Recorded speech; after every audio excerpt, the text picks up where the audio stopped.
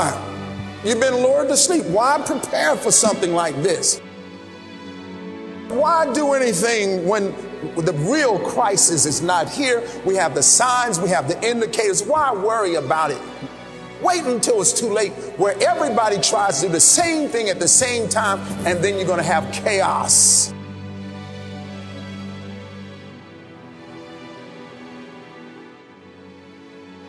If they are curing people, you don't make money.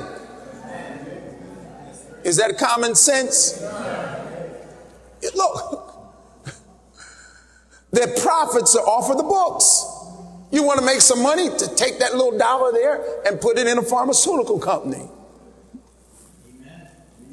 Does not the Bible talk about diseases or pestilence in the last days? So they're trying to cure people? No, they're not trying to cure. It's called palliation. One thing is to make an apology with other excuses, but it's to relieve without having a cure. To palliate is to relieve without giving a cure. Why do you think that people never get off of drugs? They must make money for the investors. If they don't make money for the investors, they're going to invest in another industry. Look at the stocks of the pharmaceutical company, Merck, Johnson & Johnson, etc. See how they're soaring. Well, money is driving the pharmaceutical industry. What's driving the fuel industry? Money. What's driving the food industry? Money. And it's not poor people's money. It's not poor people. What's taking the jobs out of America and putting them in other countries? Money. Why is there so much outsourcing? For instance, if you call Sears or if you have a warranty, you get on the phone and call up that service department. Do you know most of the time when you're speaking to someone in India or Pakistan? How many are aware of that? It's called outsourcing. Why are you taking American jobs and putting them every place else? It's about money. Why are so many American manufacturers opening up plants over in China? About more money. They're making money in America, but more money. When you see, other day, it was about 5 something. I was outside the window and I heard someone, I said, those kids out 5 something in the morning getting inside of the gate, the little kids back here. And I'm always watching because on any given day, you'll have about 4 or 5 pickups throughout the course of the day that's going through this alley here, picking up scrap metal, and they have, all of them are sharp. They have little magnets, etc. I saw a guy with a 2000 something Dodge, young guy. He was below 30, and it was early in the morning. I don't even think it was 6 o'clock, 5 something. And he was looking around, and over here, they had 2 barbecue grills. They were old and dilapidated, but they were still usable, and they were chained. This guy got out his newer pickup, and you have a little magnet where you go around and test the stuff to see what's metal or not. Then he and I think I was over here watching. I was over there, I was watching. He looked over in that yard. He looked around. It's early in the morning, nobody. Then he walked back there in the yard because they don't have a fence.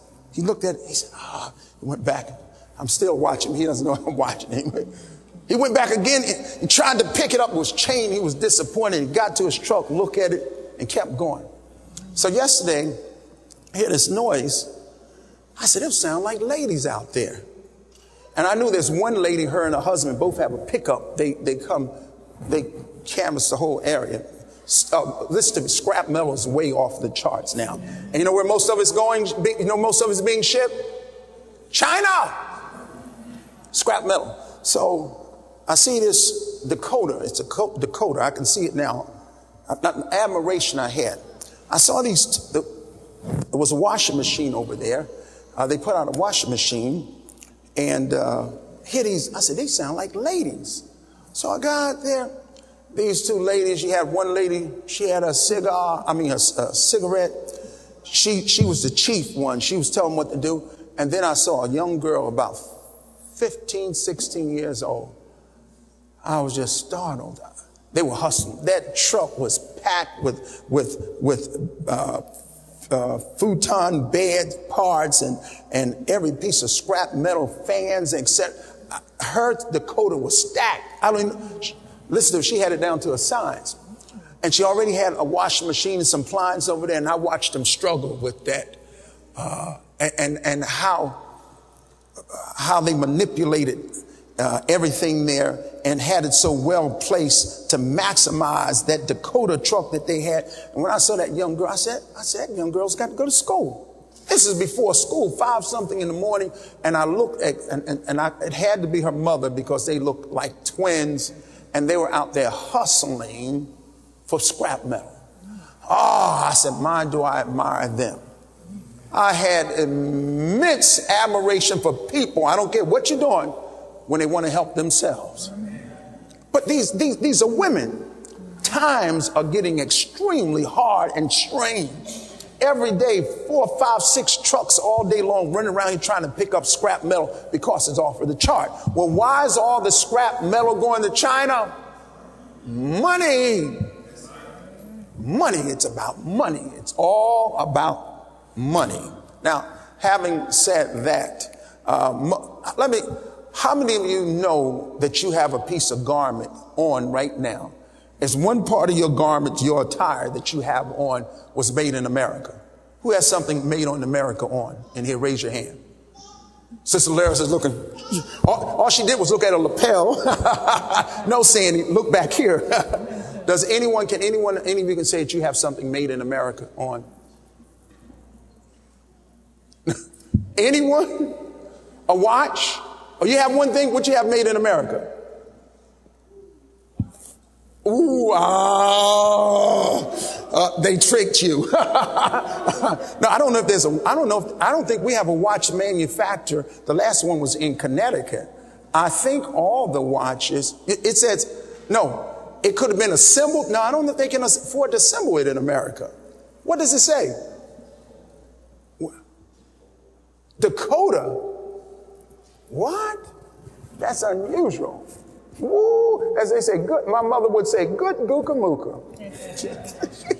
Well, the tragedy is our shoes, socks, undergarment, everything is made. The plants have moved overseas.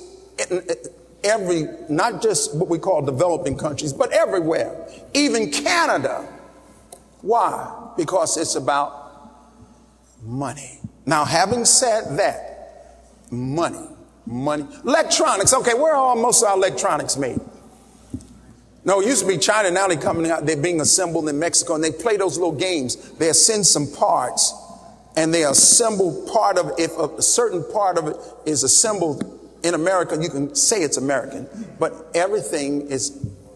So what does that really do for our economy? It strains it. So the profit that we normally have isn't here because the profit has to go to those workers and those governments. You know what that begins to do? It begins to strain the economy. All right, the resource is fuel. Our fuel reserves, oil reserves in continental America and Alaska and so forth is probably greater over there in the Mideast. But who built those refineries in the Mideast? We did. Who built them in Venezuela? We did. The American industrialists built them. So the world evolves around money. All right. Now, having said that, look at the effect, the adverse effect it's having on the church.